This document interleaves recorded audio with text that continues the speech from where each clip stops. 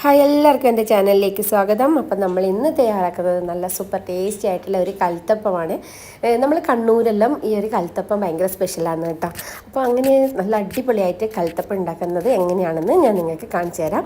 അത്ര മെനക്കെടൊന്നും ഇല്ലാണ്ട് വേഗം തന്നെ നമുക്ക് ഉണ്ടാക്കിയെടുക്കാൻ പറ്റും. ഞാനിവിടെ ഒരു കപ്പ് അരി നന്നായിട്ട് കഴുകിയിട്ട് അതിലെ വെള്ളമെല്ലാം വാർത്തിട്ട് ഒരു 4 മണിക്കൂർ നേരത്തേക്ക് കുതിർത്ത് വെച്ചിട്ടുണ്ടായിരുന്നു. ഇപ്പോൾ വെള്ളമെല്ലാം മാറ്റി നല്ല പെർഫെക്റ്റായിട്ട് എടുത്തിട്ടുണ്ട്. വെള്ളം മൊത്തം ഊറ്റി എടുത്തിട്ടുണ്ട്.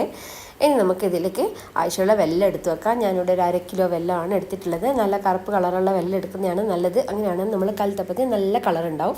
അതുപോലെ തന്നെ ഞാനിവിടെ 1 ടീസ്പൂൺ ജീരകവും അതുപോലെ തന്നെ 1 ടീസ്പൂണ് ഏലക്കാപ്പൊടിയും എടുത്ത് വെച്ചിട്ടുണ്ട്. ഇനി ഇതിലേക്ക് ആവശ്യമുള്ള ചെറിയുള്ളിയാണിത്.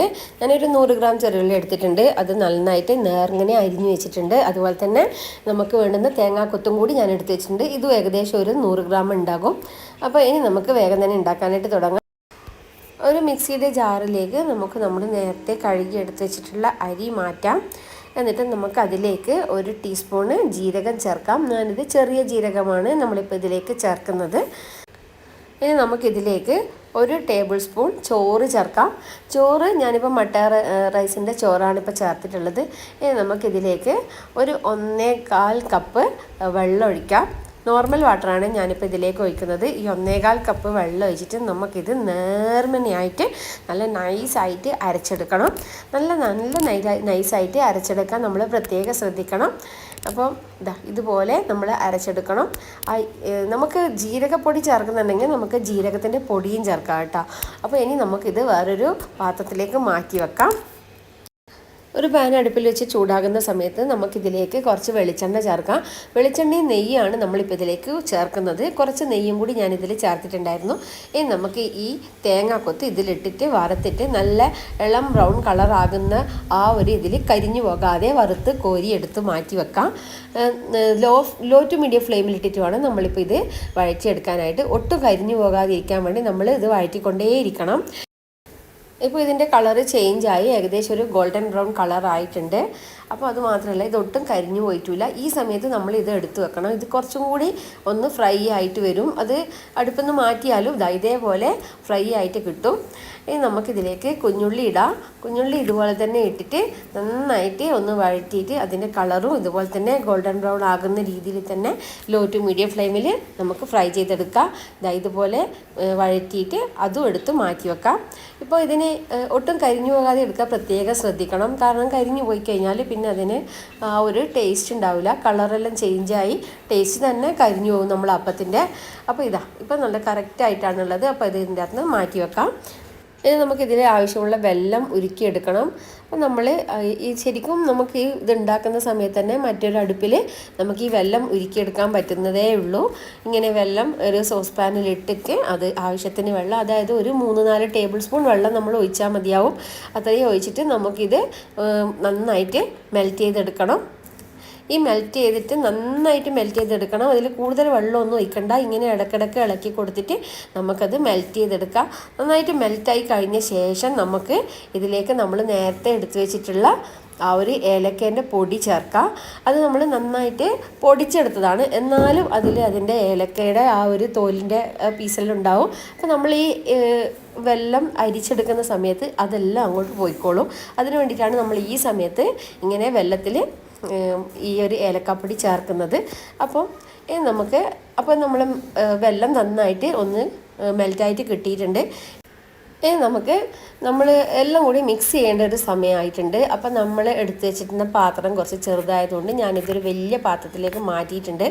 നമുക്കിതിലേക്ക് വെല്ലം ഒഴിക്കാം. വെല്ലം ഒഴിച്ചിട്ട് നന്നായിട്ട് ഒന്ന് അരിച്ചെടുത്തിട്ട്, അത് നല്ല ചൂടോടെ തന്നെ വെല്ലം ഒഴിക്കാൻ പ്രത്യേകം ഓർമ്മിക്കണം. തണുത്ത് പോയി കഴിഞ്ഞാൽ അപ്പം നന്നായിട്ട് കിട്ടൂല.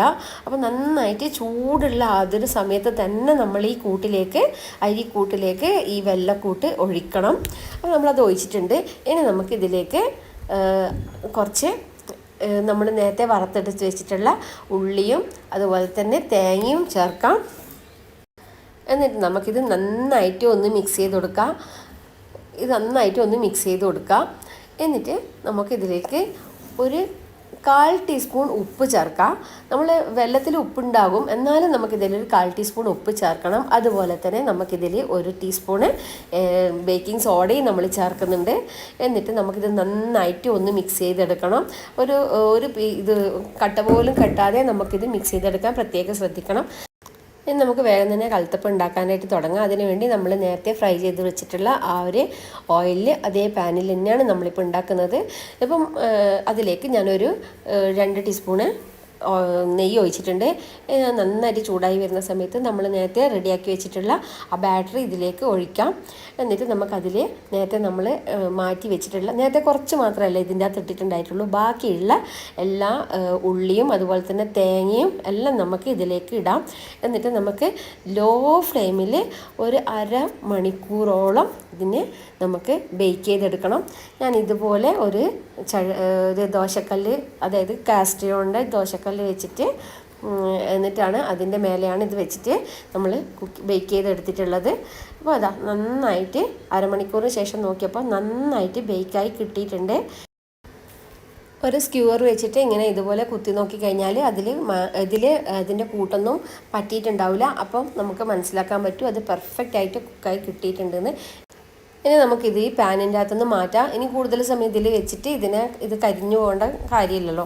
അപ്പോൾ അതുകൊണ്ട് നമുക്കിത് ഒരു കട്ടിംഗ് പാഡിലേക്ക് മാറ്റി വെച്ചിട്ടുണ്ട്. നിങ്ങൾക്കിത് പ്ലേറ്റിലേക്ക് മാറ്റാം. ഇപ്പോൾ ഞാനിത് ഇവിടെ വെച്ചിട്ട് ഇതൊന്ന് കട്ട് ചെയ്തെടുത്തിട്ട് നിങ്ങൾക്കിത് കാണിച്ചു തരാം. നല്ല പെർഫെക്റ്റ് ആയിട്ട് വന്നിട്ടുണ്ട്. നല്ല അടിപൊളിയായിട്ട് സൂപ്പറായിട്ട് ഇത് നമുക്ക് കിട്ടിയിട്ടുണ്ട്. അതുപോലെ തന്നെ നല്ല സൂപ്പർ ടേസ്റ്റുമാണ് ഈ ഒരു അപ്പത്തിന്. നിങ്ങൾ നോക്കിക്കോ, ഇതൊക്കെ കണ്ട അത്രയും നല്ല സോഫ്റ്റായിട്ട് തന്നെ ഇത് വന്നിട്ടുണ്ട്. ഞാനിപ്പോൾ ഇത് നിങ്ങൾക്ക് മുറിച്ചിട്ട് കാണിച്ചു തരാം. ഇപ്പം തന്നെ അതിൻ്റെ ആരെല്ലാം വന്നിട്ട് കണ്ടാൽ നിങ്ങൾ, അത്രയും നല്ല അടിപൊളിയായിട്ടുള്ളതാണ്. നല്ല സോഫ്റ്റ് ആയിട്ടുള്ള കൽത്തപ്പം നമുക്ക് വളരെ ഈസി ആയിട്ട് നോൺ സ്റ്റിക്കിൽ തന്നെ ഉണ്ടാക്കിയെടുക്കാം, അതും ഗ്യാസ് സ്റ്റൗവിൽ വെച്ചിട്ട്. അപ്പം നിങ്ങളെല്ലാവരും ഇതൊന്ന് ട്രൈ ചെയ്ത് നോക്കണം. നല്ല സൂപ്പർ ടേസ്റ്റി ആയിട്ടുള്ള കലത്തപ്പം നമുക്ക് വളരെ ഈസി ആയിട്ട് വീട്ടിൽ തന്നെ തയ്യാറാക്കാൻ പറ്റുന്നതാണ്. അപ്പോൾ നിങ്ങളെല്ലാവരും എൻ്റെ ചാനൽ സബ്സ്ക്രൈബ് ചെയ്ത് അതിൽ നോട്ടിഫിക്കേഷൻ ബാർ എനേബിൾ ചെയ്ത് ഓളെന്ന് സെലക്ട് ചെയ്യാൻ പ്രത്യേകം ഓർമ്മിക്കണേ. അപ്പോൾ വീഡിയോ ഇഷ്ടമായാൽ ലൈക്ക് ചെയ്യാനും പ്രത്യേകം ഓർമ്മിക്കണേ. അപ്പോൾ ഇതുപോലുള്ള അടിപൊളിയായിട്ടുള്ള റെസിപ്പിയായിട്ട് ഞാൻ ഇനിയും വരുന്നതായിരിക്കും. അപ്പോൾ എല്ലാവരോടും ബൈ.